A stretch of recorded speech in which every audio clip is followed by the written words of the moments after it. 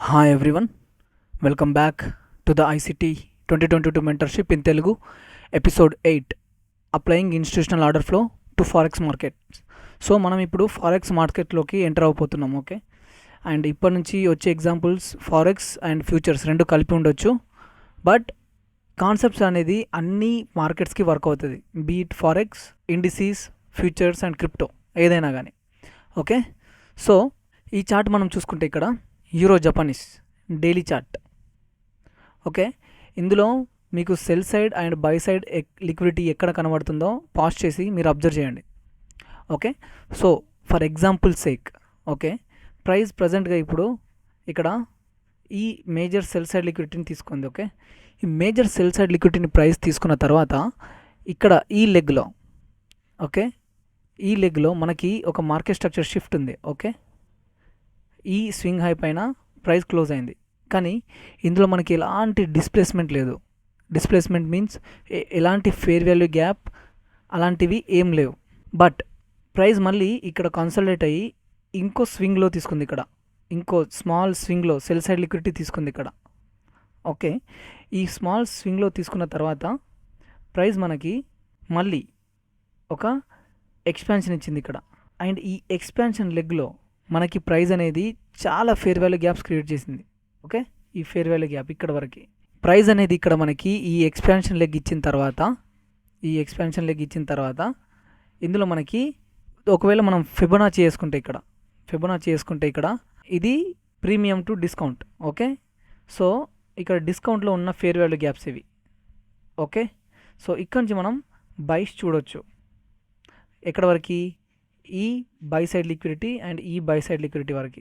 Okay, అది మన anticipation, అంటే ఇది ఆల్రెడీ మూవ్ అయిన చార్ట్. ఓకే, మనం ఎలా అయినా దీని గురించి డిస్కస్ చేయొచ్చు, బట్ ఐడియల్గా మనం ఎలా ట్రేడ్ చేస్తామనేది.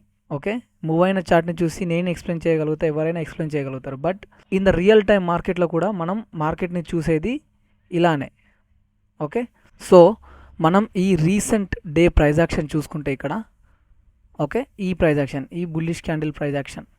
ఓకే, ఇది మనం లోవర్ టైం ఫ్రేమ్స్లో చూసుకుంటే మన బయాస్ ఏంటి, బుల్లిష్. ఈ ప్రైజ్ యాక్షన్, ఆ డే ప్రైజ్ యాక్షన్ మనం లోవర్ టైం ఫ్రేమ్స్లో చూసుకుంటే 15 మినిట్స్లో మీరు ఫారెక్స్లో మెయిన్గా తెలుసుకోవాల్సిన డీటెయిల్స్ కొన్ని ఉన్నాయి. ఓకే, సో ఫారెక్స్ మార్కెట్లో అనేది న్యూ డే ఎప్పుడు ఓపెన్ అవుతుంది, న్యూయార్క్ టైంలో. ఓకే, 5 PM న్యూయార్క్ టైం, అంటే కొత్త డైలీ క్యాండిల్ అనేది ప్రతి 5 PM న్యూయార్క్ టైంకి ఓపెన్ అవుతుంది ఫారెక్స్లో. బట్ అకార్డింగ్ టు ఐసిటీ మన న్యూ డే అనేది 00 మిడ్ నైట్ 00 టైంకి ఓపెన్ అవుతుంది. Okay, New York time mid night. Okay, 00 అంటే మిడ్ నైట్ కదా, అప్పుడు మనకి అకార్డింగ్ టు ఐసిటీ అప్పుడు మనకి కొత్త డే ఓపెన్ అవుతుంది. ఓకే, ఇందులో ఏది యూజ్ చేయాలన్నది నేను చెప్తాను. నేను పర్సనల్గా ఈ 5 PM న్యూయార్క్ టైంనే యూజ్ చేస్తాను. ఓకే, బట్ కొందరు మిడ్ నైట్ ఓపెనింగ్ టైం కూడా యూజ్ చేస్తారు. దీనిలో మీరు ఏదైనా యూజ్ చేసుకోవచ్చు, అది మీ ఇష్టం. ఓకే, అండ్ మనకి ఫారెక్స్లో లండన్ కిల్ జోన్ ఉంటుంది. ఓకే, ఇది మనం ఏ మార్కెట్ అయినా యూజ్ చేయొచ్చు, ఫారెక్స్కి అని కాదు. ఒకవేళ మీరు ఫ్యూచర్స్ ట్రేడ్ చేస్తుంటే కదా దీన్ని యూజ్ చేయొచ్చు. ఓకే, లండన్ కిల్ జోన్ అనేది 2 AM నుంచి 5 AM వరకు ఉంటుంది. అన్నీ New York times, not Indian times, అన్నీ న్యూయార్క్ టైమ్స్. దీన్ని ఇండియన్ టైమ్స్లో మీరు కన్వర్ట్ చేసుకోండి. Okay, so New York kill zone అనేది మనకి 7 AM నుంచి 10 AM వరకు ఉంటుంది. Okay, and London close kill zone, London close ఇది మనకి 10 AM నుంచి 12 PM వరకు ఉంటుంది, అన్నీ న్యూయార్క్ టైమ్స్. ఓకే, సో ఇప్పుడు మీ 15 మినిట్స్లో ఈ చార్ట్ చూసుకుంటే ఇక్కడ మనకి according to ICT time, okay, మనకి 5 PMకి యాక్చువల్లీ కొత్త డే ఓపెన్ అవుతుంది. బట్ అకార్డింగ్ టు ఐసిటీ ఇక్కడ మనకి mid night New York time open అయింది, అంటే మన daily candle according to ICT ఇక్కడ మనకి డైలీ క్యాండిల్ ఓపెన్ అయింది. ఓకే, అండ్ ప్రైస్ అనేది మనం చూసుకుంటే క్లియర్గా బుల్లిష్ మూవ్లో ఉంది. Okay, bullish move.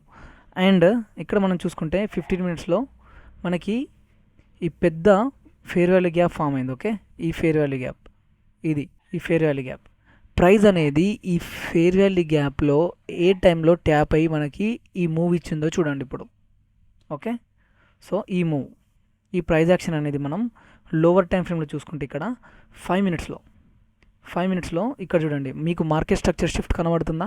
ఓకే, ఎక్కడ ఈ స్వింగ్లో ప్రైస్ స్వీప్ చేసింది ఇక్కడ, అండ్ ఇక్కడ ఈ స్వింగ్ హై పైన ప్రైస్ క్లోజ్ అయింది. దీన్ని మనం మార్కెట్ స్ట్రక్చర్ షిఫ్ట్ అంటాం. ఓకే, అండ్ ఈ మార్కెట్ స్ట్రక్చర్ షిఫ్ట్ అనేది ఏ టైంలో జరిగిందో చూడండి. ఇది ఇక్కడ ఈ లైన్ వచ్చేసి ఇది 7 AM line. Okay, 7 AM to 10 AM అంటే ఇదేంటి, మనకి న్యూయార్క్ కిల్ జోన్. ఈ న్యూయార్క్ కిల్ జోన్లో మనకి ఈ ఫేర్ వాల్యూ గ్యాప్లో ప్రైస్ అనేది మనకి ఒక మ్యానిపులేషన్ చేసి మనకి మార్కెట్ స్ట్రక్చర్ షిఫ్ట్ ఇచ్చింది. దీన్ని మనం లోవర్ టైం ఫ్రేమ్లో చూసుకుంటే ఇక్కడ క్లియర్గా 3 minutesలో చూసుకుంటే ఇక్కడ market structure shift, okay, with displacement. ఇక్కడ ఫేర్ వాల్యూ గ్యాప్స్ ఫామ్ అయినాయి చూడండి. ఓకే, ఇక్కడ మనం ఎంట్రీ తీసుకొని ఉండొచ్చు. అండ్ మన స్టాప్ లాస్ వచ్చేసి ఈ స్వింగ్లో కింద, మన టార్గెట్ వచ్చేసి ఈ హై. అండ్ మన అకార్డింగ్ టు మన బయాస్ డైలీ టైం ఫ్రేమ్లో చూసుకున్నట్టు మన బయాస్ అండ్ మన టార్గెట్స్ అప్ సైడ్ ఉన్నాయి కాబట్టి మనం ఈ ట్రేడ్ని హోల్డ్ చేసుకొని ఉండొచ్చు. ఇక్కడ ఇంకో కాన్సెప్ట్ ఏంటి అంటే, సపోజ్ ఇప్పుడు మనం అప్ ట్రెండ్లో ఉన్నాం కదా. ఈ అప్ ట్రెండ్లో ఉన్నప్పుడు మనం ఎప్పుడైనా కానీ మనం డిస్కౌంట్లో బై చేస్తాం. ఇప్పుడు మనం సెల్ చేయాలంటే ప్రీమియంలో సెల్ చేస్తాం మార్కెట్ని, బై చేయాలంటే డిస్కౌంట్లో బై చేస్తాం.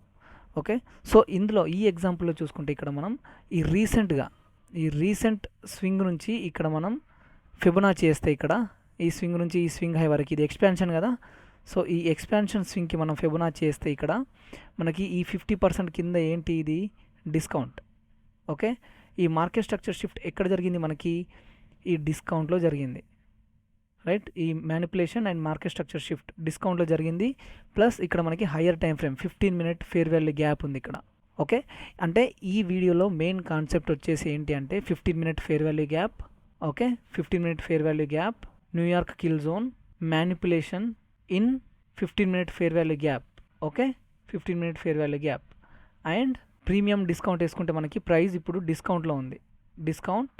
ఓకే, అండ్ మనకి డైలీ బయాస్ అన్నీ అలైన్మెంట్ ఉన్నాయి. ఈ స్లైడ్ నుంచి మనకి టెక్నికల్ అవ్వచ్చు, ఎందుకంటే మీకు ఫ్యూచర్స్ మార్కెట్స్ మీరు చూస్తే, ఓకే, ఫ్యూచర్ మార్కెట్లో మనకి ఫ్యూచర్ కరెన్సీ పేర్స్ ఉంటాయి. ఓకే, ఇప్పుడు 6E, ఇక్కడ 6E అంటే యూరో ఫ్యూచర్స్.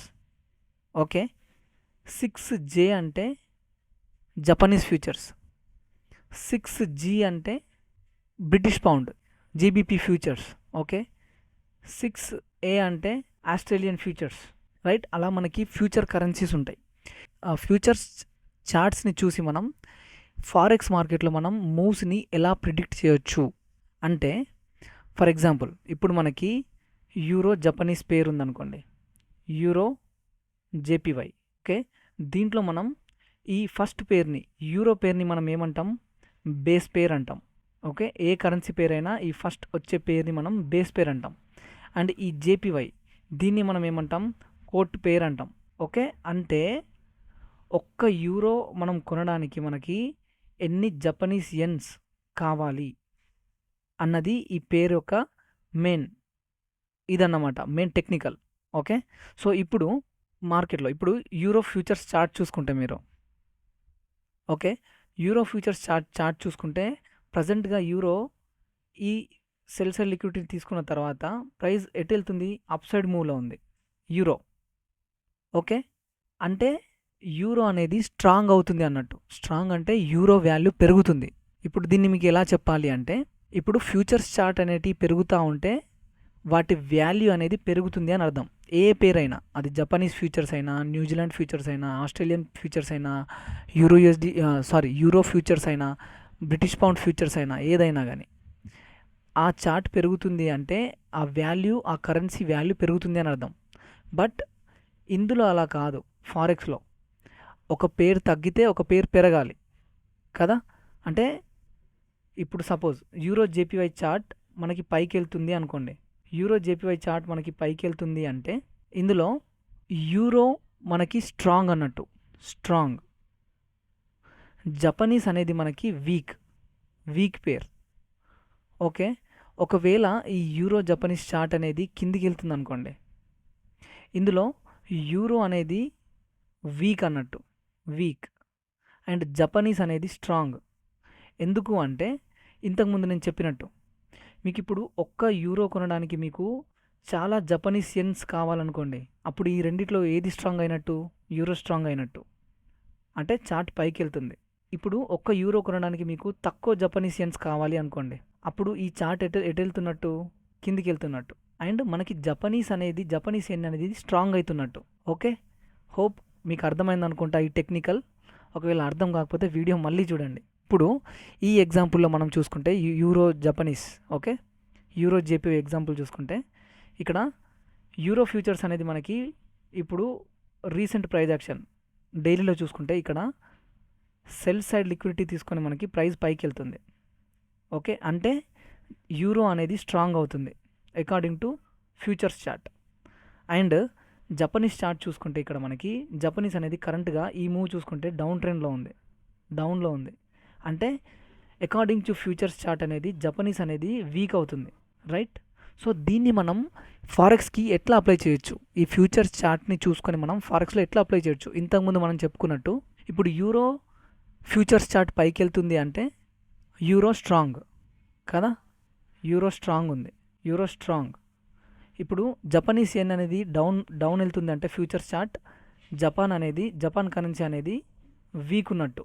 సో దీని అర్థం మనకి ఫారెక్స్ మార్కెట్లో ఏంటి అంటే యూరో జేపీవై పేరుకి దీని అర్థం ఏంటి అంటే యూరో స్ట్రాంగ్, జపాన్ వీక్. అంటే జపనీస్ యెన్ వీక్ ఉన్నప్పుడు ఈ యూరో జేపీవై చార్ట్ ఎటు వెళ్తుంది? పైకి. సో అది ఈ టెక్నికల్. ఇప్పుడు మనం మన ఎగ్జాంపుల్లో చూసుకుంటే ఇక్కడ ఫస్ట్ చెప్పుకున్న ఎగ్జాంపుల్ యూరో జపనీస్, మన చార్ట్ ఎటు వెళ్తుంది? పైకి వెళ్తుంది, రైట్? ఇలా మనం ఫ్యూచర్స్ మార్కెట్ చార్ట్స్ని యూజ్ చేసుకొని మనం ఆ హయ్యర్ టైం ఫ్రేమ్ బయాసెస్ అనేటివి మనం కరెంట్ ఫారెక్స్ మార్కెట్స్కి అప్లై చేయొచ్చు. ఇది చాలా టెక్నికల్, చాలా అంటే చాలా టెక్నికల్. ఓకే, సో హోప్ మీరు అర్థం అవ్వకపోతే మళ్ళీ ఒకసారి చూడండి. And hope you like this content. అర్థం అవ్వకపోతే మనం మళ్ళీ దీని గురించి ఒక లైవ్ సెషన్లో డిస్కస్ చేద్దాం. ఓకే, అంతవరకు సెలవు and take care. Okay, thank you.